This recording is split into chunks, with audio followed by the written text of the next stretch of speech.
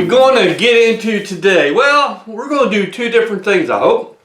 Number one, we're going to distill out our corn cob liquor.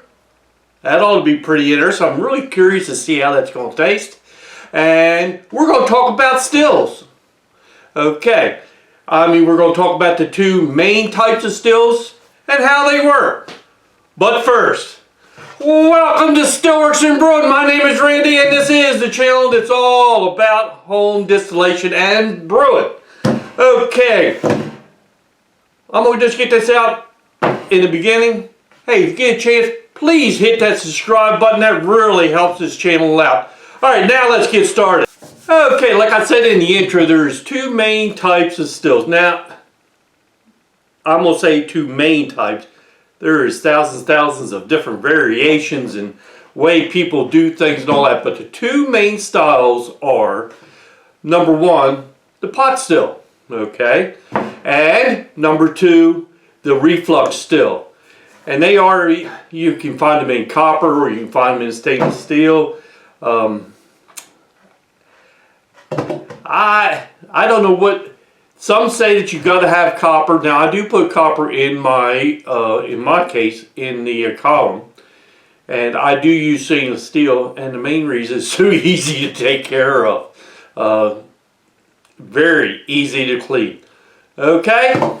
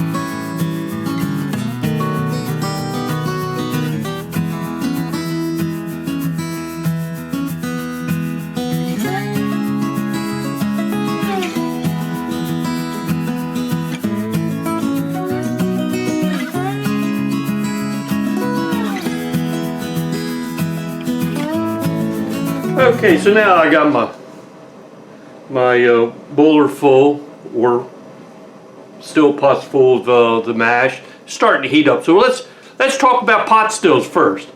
Okay, a pot still. Let's go over the parts of a pot still first. Well, first you're going to have, some type of boiler, and you're going to heat that with electric or propane gas or fire or some sort like that. So there you have the boiler or the pot.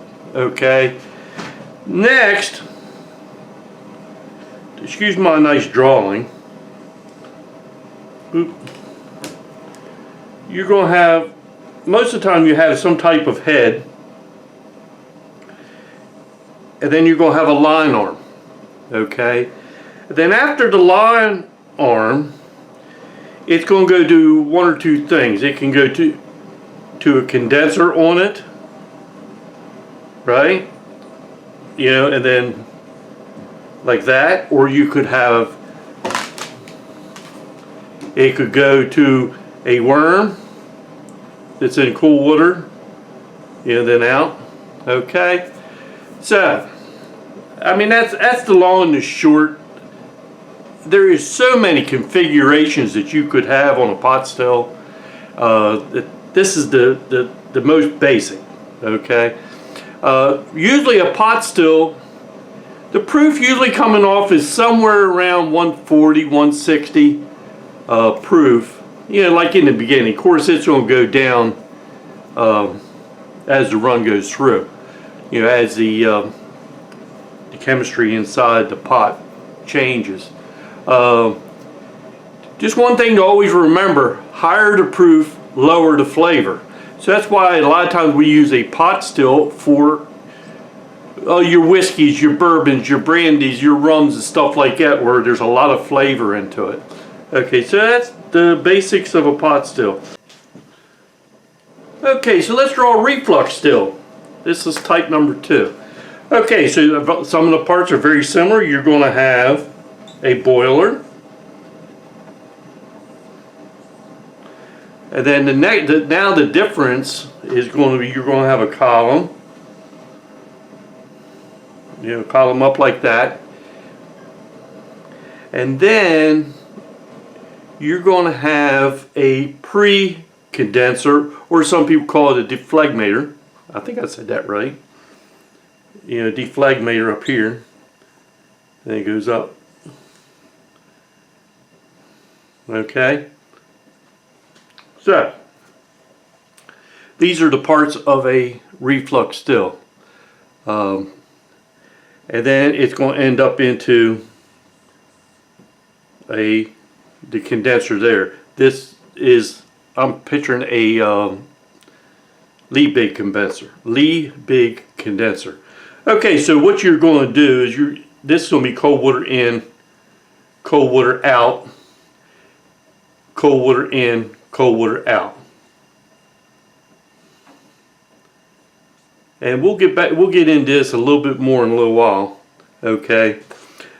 Now, these setups, which are like I said, just like in the pot still, there's thousands of different ways of doing it. This is just a basic simple explanation of what the two different main stills are.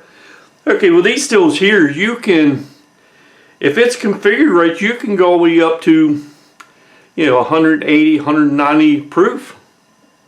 Alright.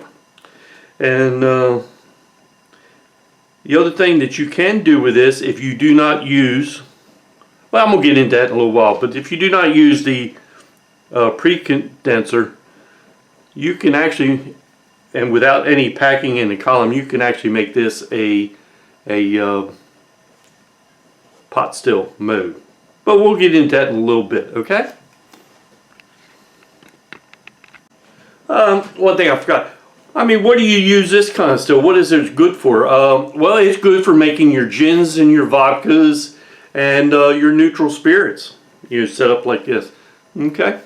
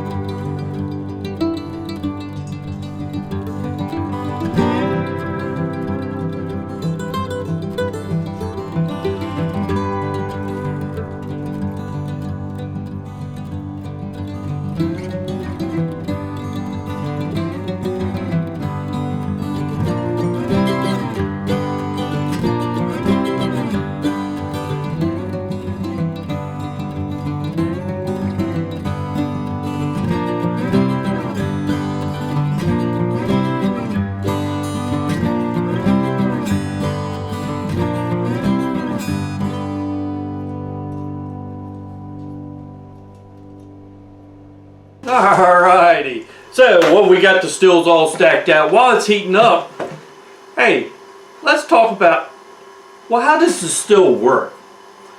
Well, number one, and this is very important to remember, a still does not make alcohol. Nope, it does not make alcohol.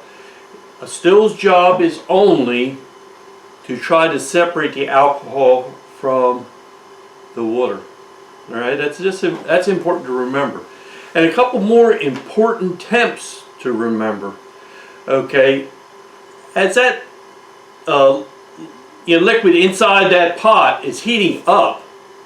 Okay, there's all kinds of stuff in there. There's waters in there. There's different chemicals in there, and of course there's alcohol in there, right? So as it's heating up, the very first thing that's going to start climbing up that column, right, is all the bad stuff, your methanols and your acetones and all that. Because at about 145 degrees, and of course that's going to change with how far you're above sea level, but at around 145%, some of that bad stuff is going to start coming up the column. Alright?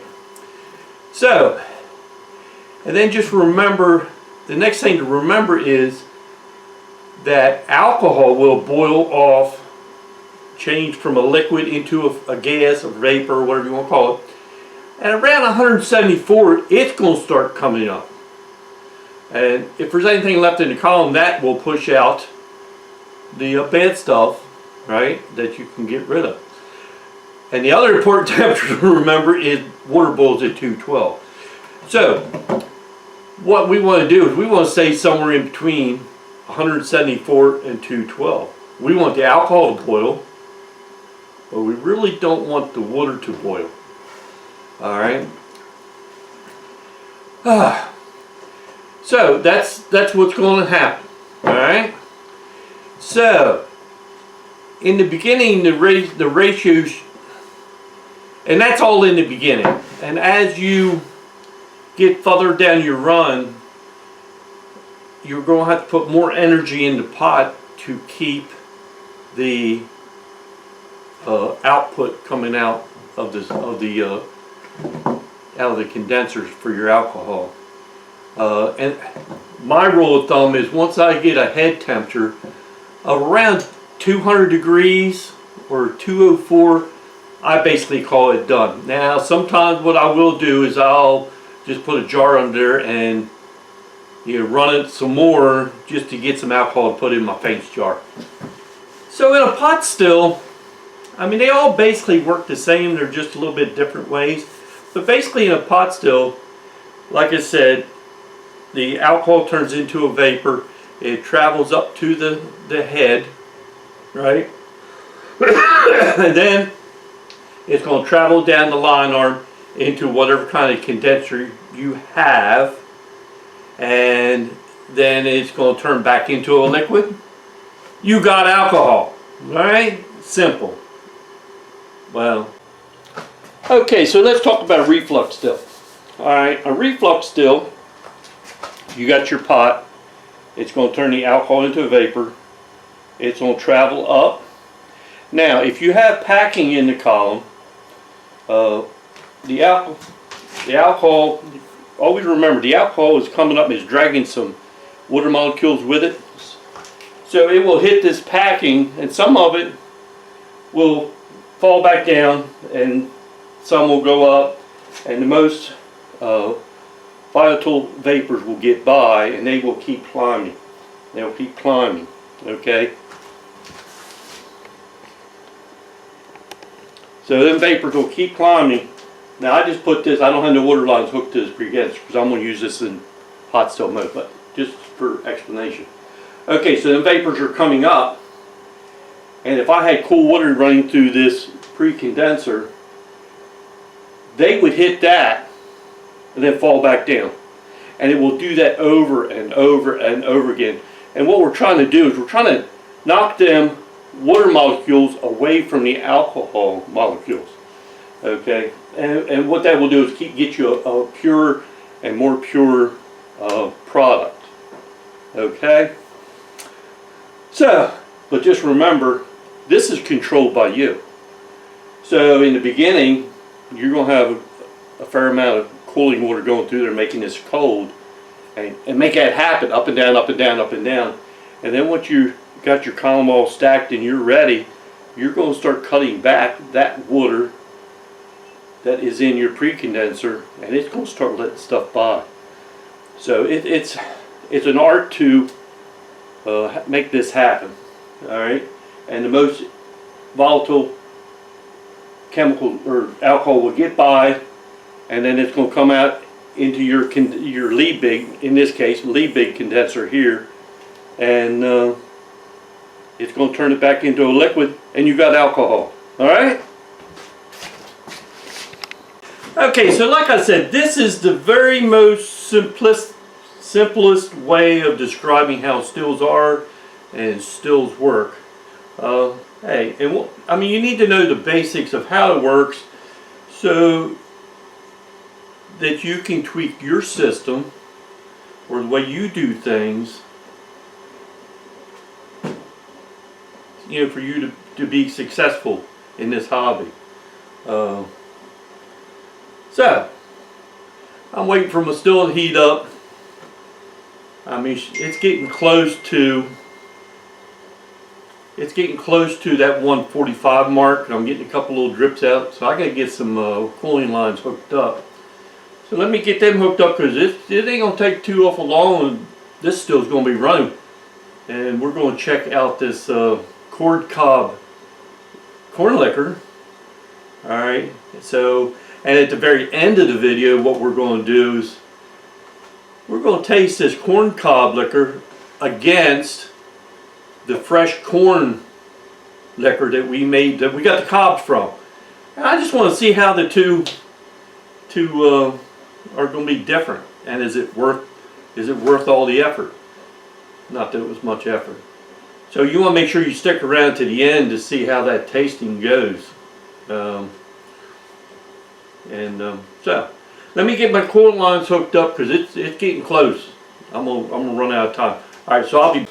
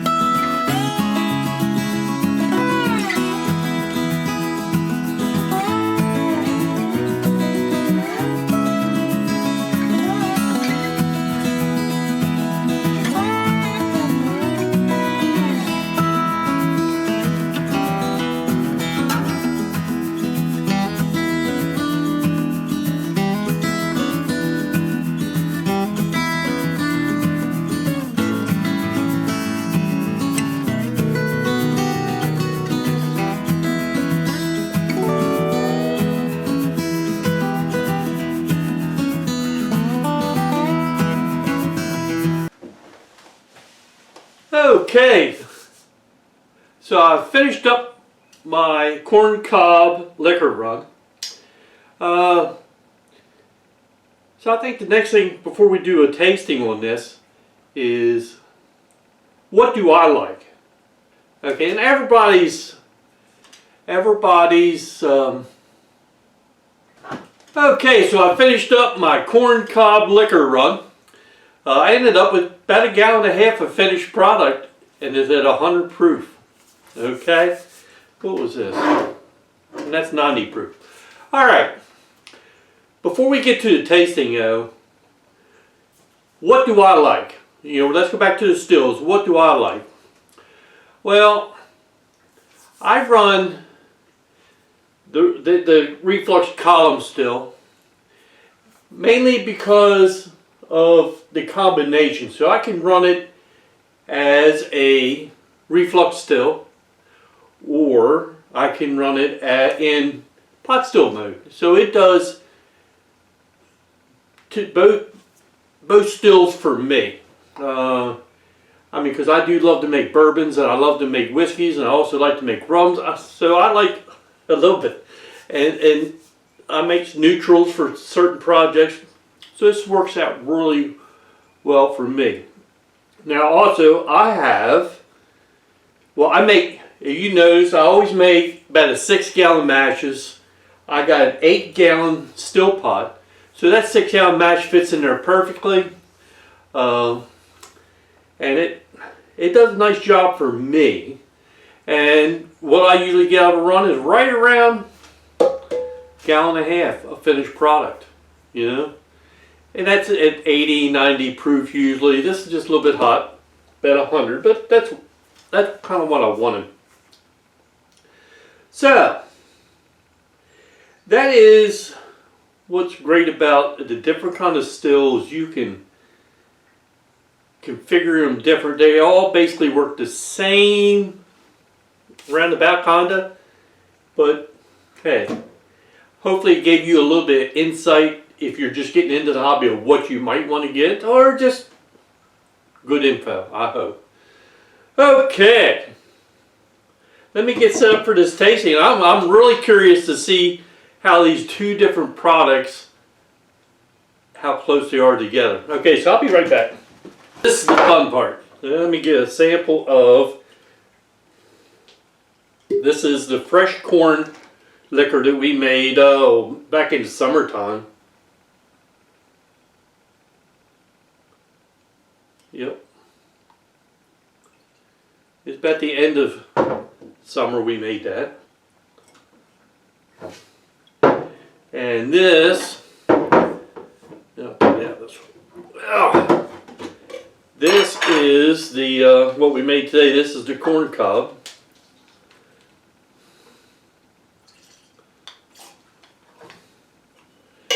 So let's see what we got. Alright, so this is the corn cob. I mean, this is the fresh corn liquor. I mean, I smell corn. I mean, it is delicious corn, right? It smells wise.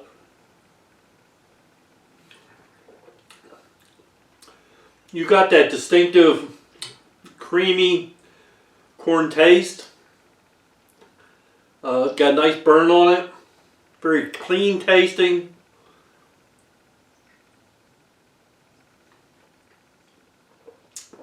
Good corn liquor. I mean, what else can I say? That's just good corn liquor. Alright, now here's the real test. How close is the corn cob to the fresh corn liquor? Got a very nice smell to it. I mean, they smell very.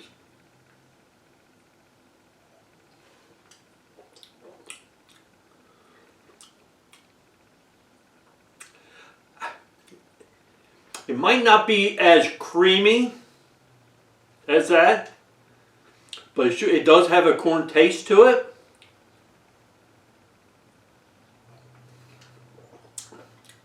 I'm assuming it's not as creamy because of it was sugar, you know, it was sugar added to it.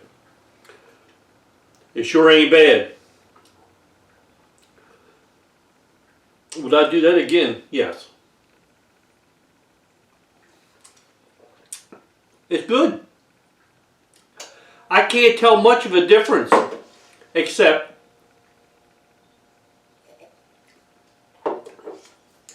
this just has a little bit more of the, you know, that mouthfeel, the creaminess of the corn, you know, of a corn liquor. That has a little bit more than this. But I'll tell you what, I'm gonna try it. I love corn liquor put on oak. I will try some of that. I bet it will really taste great. But hey, just think about it. I had all them corn cobs when I made the corn liquor. I didn't throw anything away.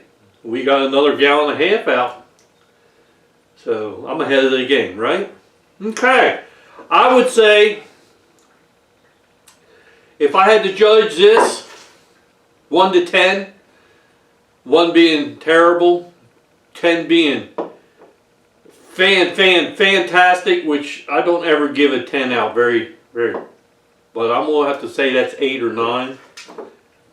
And I will have to say that is probably 8. Okay? And like I said, to give a 10, it has to be perfect for a 10. So, alright. Hey, I hope you enjoyed this. This was a lot of fun. It was a little bit different. I hope that you got a little bit out of the still part. Okay? Alright. I guess there's one thing left to say. Hey, thanks for stopping by. We'll see you next time here on Stillworks and Brewing. Cheers, everybody.